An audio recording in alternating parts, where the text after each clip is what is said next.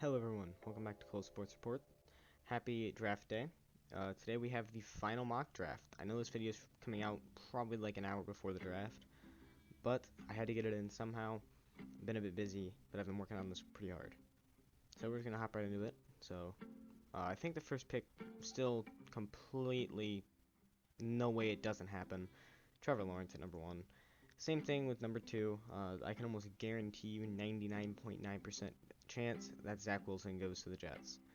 Now, with recent trade rumors and reports, um, the consensus seems to be Mac Jones. I have to believe the 49ers are bluffing because I just don't understand why you would pass up on such a good talent that I'm about to have a pick.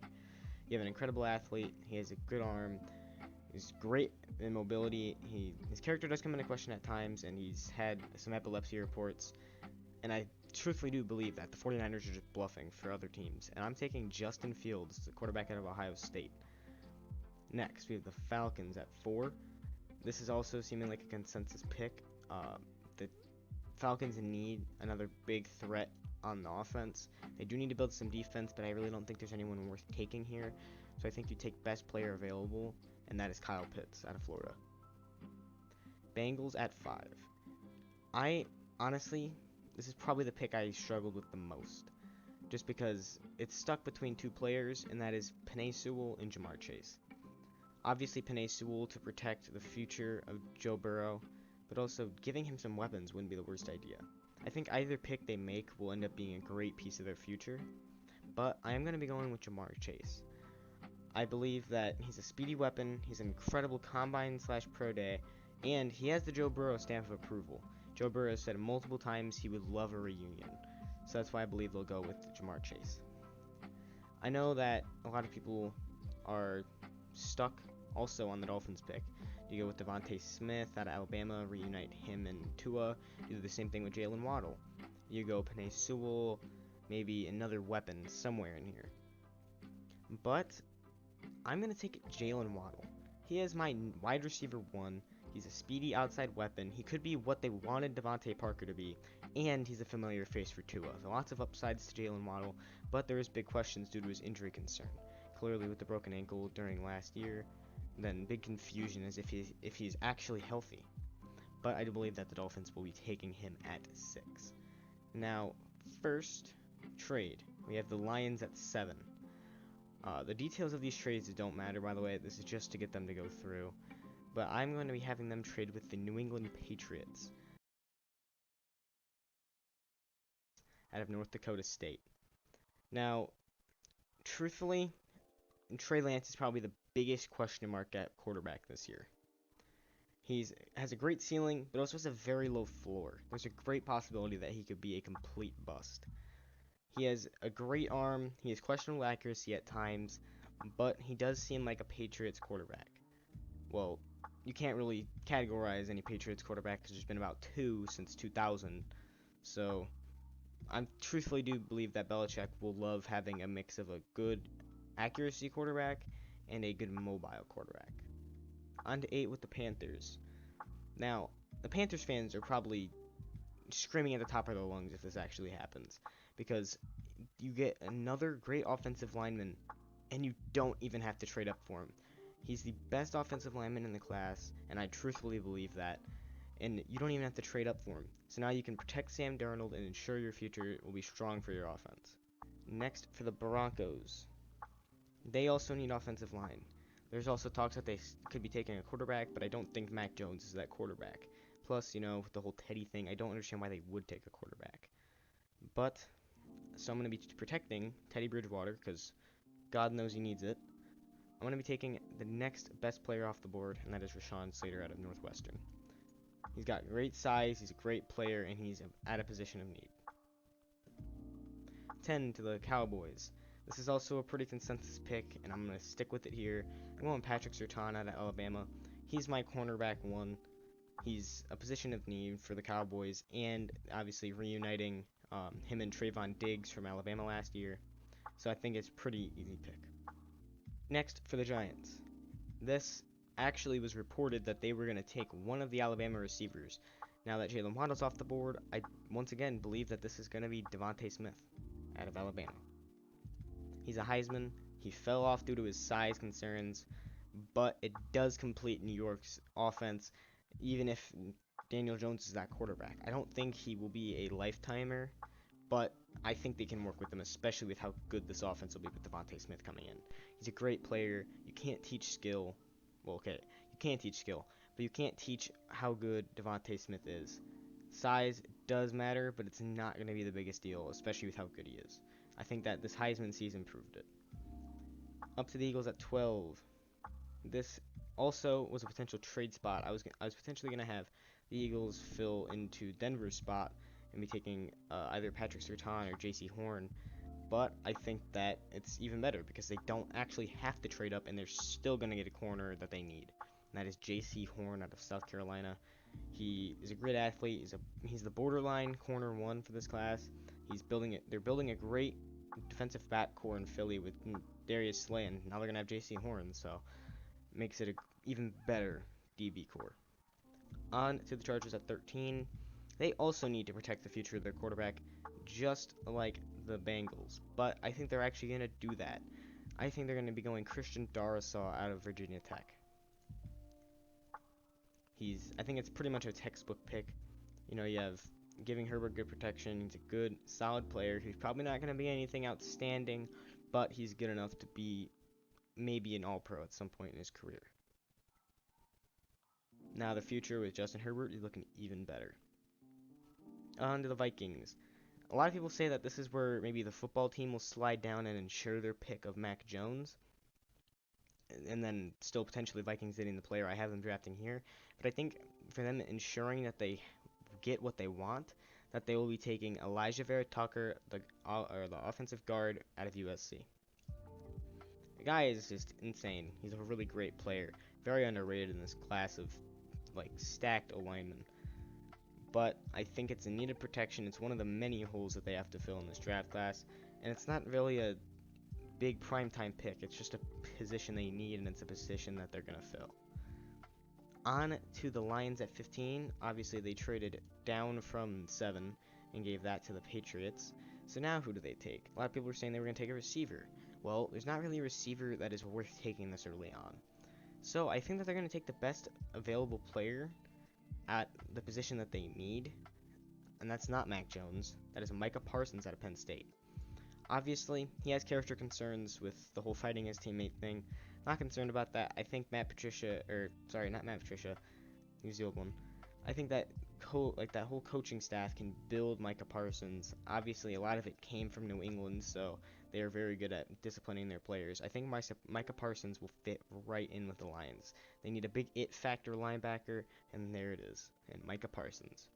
Number 16 to the Cardinals. This one was rough for me. They need a corner, and there's lots of them. 2 of them have already been taken off the board, though, and with Caleb Farley having injury concerns, and then obviously this week getting COVID, wasn't a very good week for him. But does that mean he can still get taken here? I truthfully do think that Caleb Farley is probably the biggest wild card in this whole draft. He could go up here in the 10-13 range, or he can fall all the way to the second or maybe even the third round. I don't think he should fall that far. I think Caleb Farley is a great player, but I don't think the Cardinals are going to be taking Caleb Farley just because of how pressing their needs are at corner. They don't want to take a big risk like that. So I believe they'll be taking Eric Stokes out of Georgia. He fills the big hole of corner, like I said. He's a good mid-tier player. He's nothing special, and it might be a reach, but I think it's worth it in the end. 17 to the Raiders.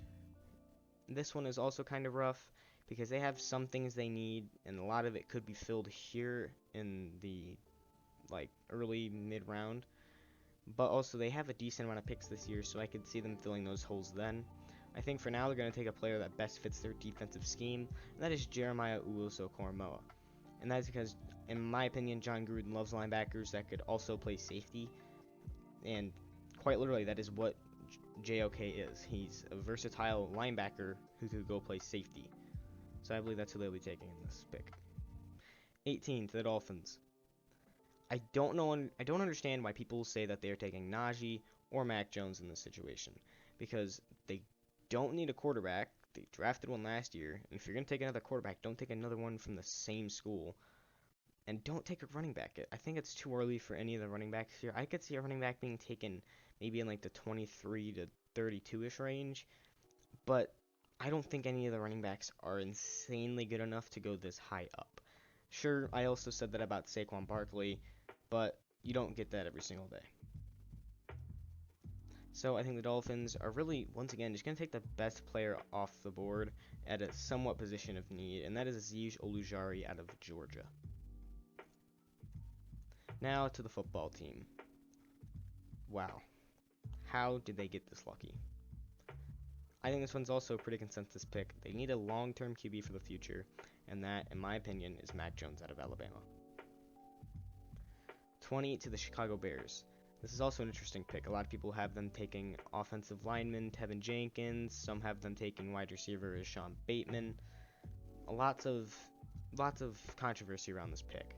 And I do agree with a lot of the picks, and then I believe it'll be Rashad Bateman out of Minnesota. They need a replacement for A-Rob because I doubt they're going to continuously franchise tag him, and he clearly doesn't want to be in Chicago. So I think that A-Rob ship has sailed. I think that they need to pick up a future wide receiver that can be a wide receiver 1 right away. Sure, he might not be amazing until a few years in, but he will be good enough to get you by. He's a great player.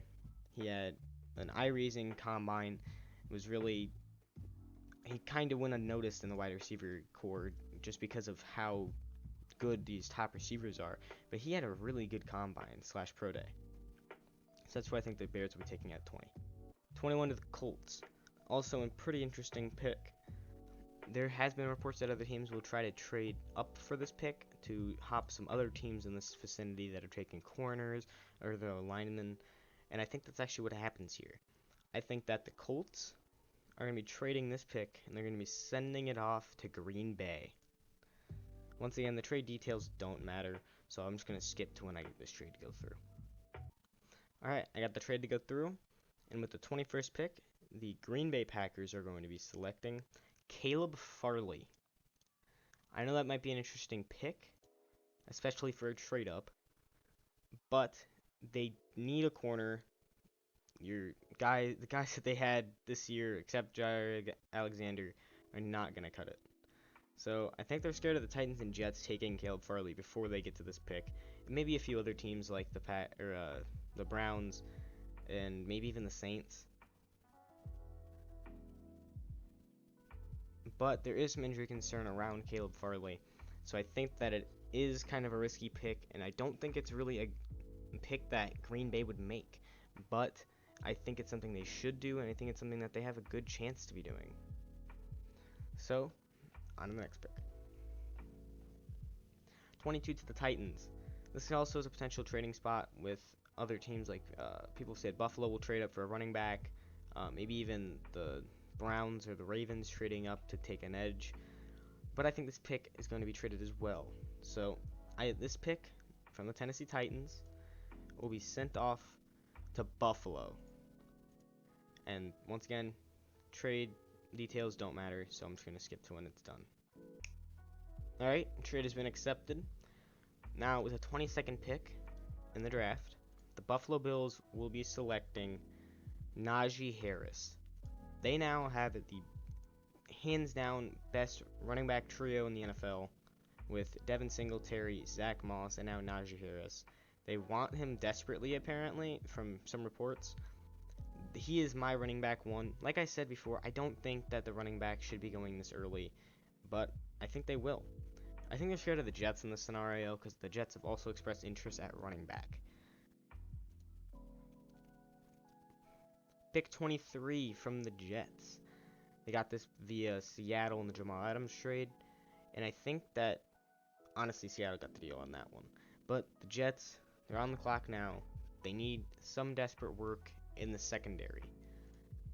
Now, how they're going to get this lucky also, kind of like the football team, they got a guy that they would have taken at 15, and now he's sliding right into their hands at 20, and that is Greg Newsome out of Northwestern. He's a great player at a position of need. And you're getting a great player, like I said, without giving up anything. A lot of people are saying they might trade up for a corner, but they got exactly what they wanted without having to give literally anything. So I think that was a great pick for the Jets. On to another controversial pick, the Pittsburgh Steelers. A lot of people are saying they're going to take a running back. Being Travis Etienne is all that's left. But they also desperately need linemen.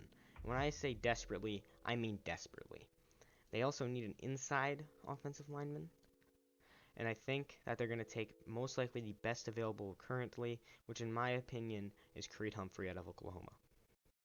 25 to the Jaguars. This is actually also a pretty consensus pick. They need a safety, so they're going to take the easily best safety off the board, and that is Trayvon Moorhig out of TCU. Sorry if I'm pronouncing that wrong, by the way. He's the safety one, easily. No even doubt in my mind. He's a great player. He's a playmaker, and that is something they could use down in Jacksonville. 26 to the Browns. This is also a potential trade spot where they could trade up or they could trade back. Doesn't really matter because I don't have them doing that. I have them taking, in my opinion, one of the best defensive players in the whole entire draft class, and that is going to be Jaylen Phillips out of Miami. Obviously, having the concussion concern may be an issue, but they're getting a great player no matter what, whether he only plays 3 or 4 years, which I doubt. I think the whole him quitting wasn't on him. I truthfully believe that his schools made him quit. So I think he's going to be doing great down in Cleveland. Staying right where he'll be if... I don't know if he's attending the draft, but he'll be right there, ready to get started going in Cleveland. Great pick for Cleveland. 27 to the Ravens. Ravens desperately need a receiver. That's all I have to say. They're going Terrence Marshall Jr. Best wide receiver on the board currently. They're trying to get Lamar some help, and he's a pretty good player overall. 28 to the Saints. I also could see this being a trade-up position. They desperately need a corner. They also could take some other things. And apparently they're trying to trade into the top 10. That was some news that broke about an hour ago from when I'm recording this. I don't understand why, unless they're really going to take a quarterback, which I don't think they should, nor will they do. But I think that they're still going to get a great player on their hands here at 28. And I'm sorry, but I'm not even going to try to pronounce the name. But I'm going to go with the Syracuse cornerback. Haven't seen a lot from him, but from the things I have seen, he is a great player, and I think he'll do wonders for the Saints secondary. He can fill a gap at a position. He's going to be a great player. That's all I got to say. Next up, the Colts at 29. They traded up, obviously having someone in mind. They did trade this pick to Buffalo, but I think that this is also going to be offensive line. They also terribly need offensive line just to fill one slot, and they're going to take the best player available once again in my eyes, and that is Samuel Cosmi out of Texas. He's a great blocker. He's more of a pass blocker, which is what I think that the Colts will be running this year with Carson Wentz. So I think it's a great pick overall. To the Titans at 30. They obviously also traded back. They traded to Green Bay. Now, they also, I believe, will be taking an edge. But I think in this situation, the Titans have them linked to wide receivers. One specifically, and that is Elijah Moore out of Ole Miss. And I think that's what they're going to be taking. They need a wide receiver to replace Corey Davis. And why not take one in the first round when he's sitting right in front of you? They're clearly interested in him. So why not take him when you have the opportunity? You got some extra picks out of it, which whatever the mock trade would actually be. You're going to get some picks out of it, and you're going to get a great wide receiver. Sure, was he force-fed the ball at Ole Miss? Yeah, but that doesn't take away from how good of a player he is. 31 to the Ravens. This is their second pick already. In some mock drafts, I have them taking 2 wide receivers in the first round. And also, that's how it's going to be here. I think that they're going to be taking Kadarius Toney out of Florida. I think it's ridiculous to take two wide receivers in the same vicinity of draft, but they need it that bad. They're going to try to get Lamar back this summer, or next summer, and they're going to have something to give him, and I believe that'll be 2 receivers, proving that they really want him back. And then, obviously, Kadarius Toney is an insane athlete. He's a great receiver. In my opinion, if they're going to take 2 wide receivers, I think they should take Kadarius Toney first, but I didn't think any of these teams would take Kadarius Toney. I thought that Terrence Marshall could potentially go to some of these teams, so I would have him getting taken off the board first. With the last pick in the first round, it comes to the Buccaneers. there really isn't much that they need. They could be building for the future, and that is what I have them doing here. People say that they need a running back. I don't think that's true. They have, Ronald Jones, Leonard Fournette. They had Shady McCoy. I don't know if he's coming back. And then they signed Giovanni Bernard in offseason. Why do you need another running back? So I'm going to have them taking best player available, building for the future, and that is Christian Barmore, who's had some draft concerns as of late, saying that he really isn't that good technically, but I don't think that matters to Bruce Arians and his coaching staff. I think they can coach him up just like they have with all these other Super Bowl players that they have. And that is it. That's the whole entire mock draft. I hope you enjoyed. Hope you have a good I hope you have a good draft day. Thank you all so much for watching. Please like and subscribe if you enjoyed. I'll be posting an NFL offseason review, likely in early June or late May. So I hope to see you then. I hope you have a good draft day, and peace out.